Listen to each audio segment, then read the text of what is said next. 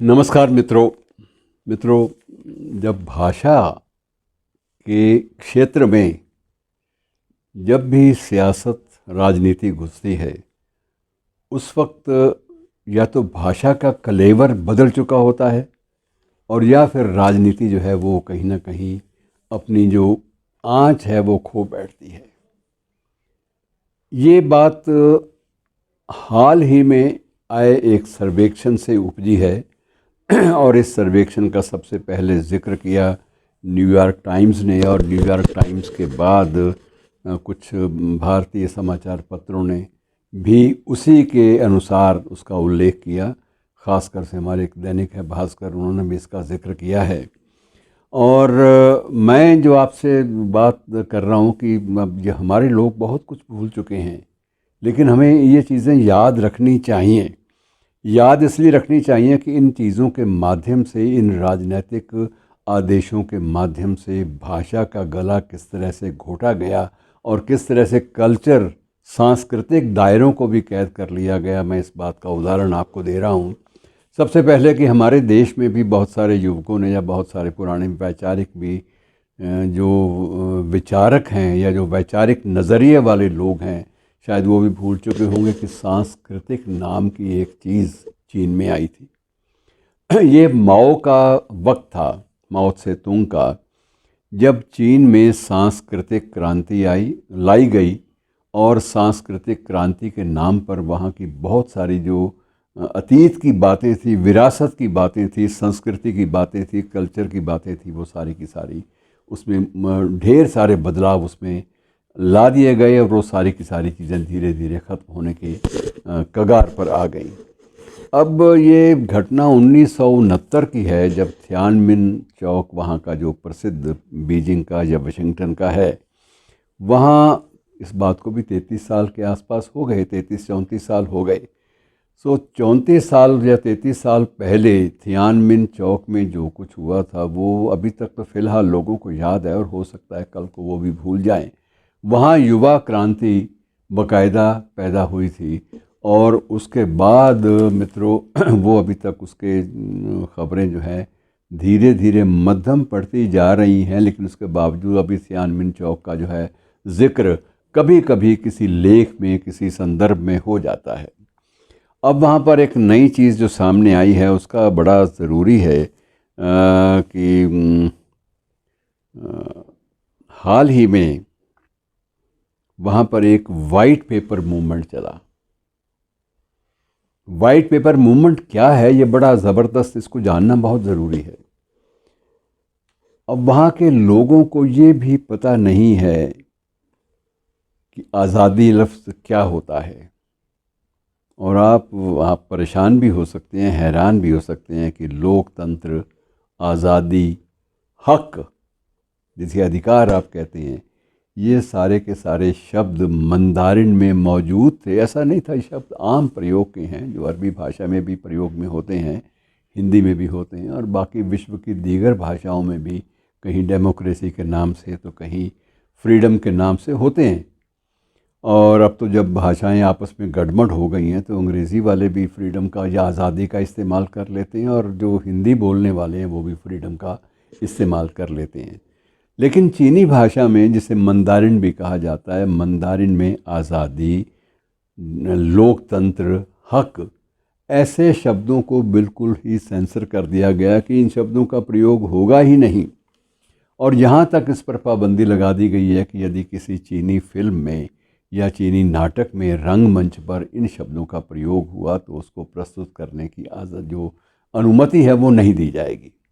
यानी किसी फिल्म में आप अगर हक की बात करते हैं या आज़ादी की बात करते हैं या इन लफ्ज़ों का इस्तेमाल मंदारिन भाषा के हिसाब से इन लफ्ज़ों का इस्तेमाल भी करते हैं तो आपकी वो फिल्म या आपका जो रंगमंच पे प्रस्तुत किया जाने वाला नाटक, उसकी अनुमति भी नहीं मिलेगी और उसे सरकार विरोधी एक प्रयास कहकर जेल में भी डाला जा सकता है उस व्यक्ति को जो इनका इस्तेमाल करता है, और उसके ख़िलाफ़ कोई और ख़तरनाक कार्रवाई भी हो सकती है। तो मित्रों, ये बड़ी अजीब स्थिति है और मैं जिस 33 साल पहले की घटना का जिक्र कर रहा हूँ, थियानमिन चौक, और उसके बाद जो वाइट पेपर मूवमेंट चली, वो क्या है? वाइट पेपर मूवमेंट में ये था कि ज़ीरो कोविड के नाम पर जो एक बदलाव भाषा के क्षेत्र में, भाषा के हलके में, भाषा के दायरे में जो बदलाव मंदारिन भाषा में लाए गए, उनके खिलाफ लोगों ने रोष प्रकट करना चाहा कि ये हो क्या रहा है। तो रोष के लिए जिन शब्दों का इस्तेमाल करना चाहिए आज़ादी का या हक का, अधिकार का, वो शब्दों की अनुमति नहीं है। क्या करें? अपना आक्रोश, अपना रोष, अपना विरोध किस भाषा में व्यक्त करें? तो इसके लिए उन्होंने एक ही तरीका चुना वहाँ के युवाओं ने कि खाली कोरे कागज़, उनके ही पोस्टर बनाए गए और कोरे कागज़ ही लहरा कर अपना विरोध प्रकट किया गया, ये बताने के लिए कि हमारे पास तो वो शब्द भी छीन लिए गए हैं हमसे जिन शब्दों के माध्यम से हम अपना आक्रोश, अपनी नाराज़गी को अभिव्यक्त कर सकें। और हो सकता है कि आने वाले वक्त में जो संवेदनशीलता जिसकी हम बात करते हैं, सेंसिटिविटीज़ की, हो सकता है कि रूमानियत पर पाबंदी लगाने के उद्देश्य से उन पर भी कोई ना कोई पाबंदी लग जाए। मतलब ये जब भी किसी भाषा या संस्कृति को कुछ एक सीमाओं में बांधने की कोशिश होती है तो ये यकीन जानिए कि वो भाषा और संस्कृति जो है उसमें से भी दुर्गंध धीरे धीरे आने लगती है। जैसे हम भाषा को बहता हुआ नीर मानते हैं कि ये बहता हुआ जल है और बहता हुआ पानी, उसके बारे में कहा जाता है कि बहता पानी निर्मला।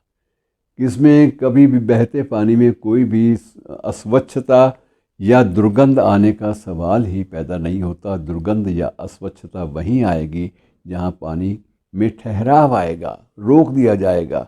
और वही स्थिति है कि जितने भी प्रतिबंध मंदारिन में लगे हैं, उनके विरुद्ध आक्रोश व्यक्त करने के लिए, उन प्रतिबंधों के खिलाफ बात करने के लिए या अपने किसी अन्य मुद्दे पर अपना आक्रोश, अपना गुस्सा व्यक्त करने के लिए, नाराज़गी व्यक्त करने के लिए अब लोगों के पास वहाँ कोई चारा नहीं है। और वो सफ़ेद कागज़ जो है उसको वाइट रेवोल्यूशन के नाम से उसी को फहराते हैं, उसी के ही पोस्टर बनाए जाते हैं, उस पर कुछ नहीं लिखा होता।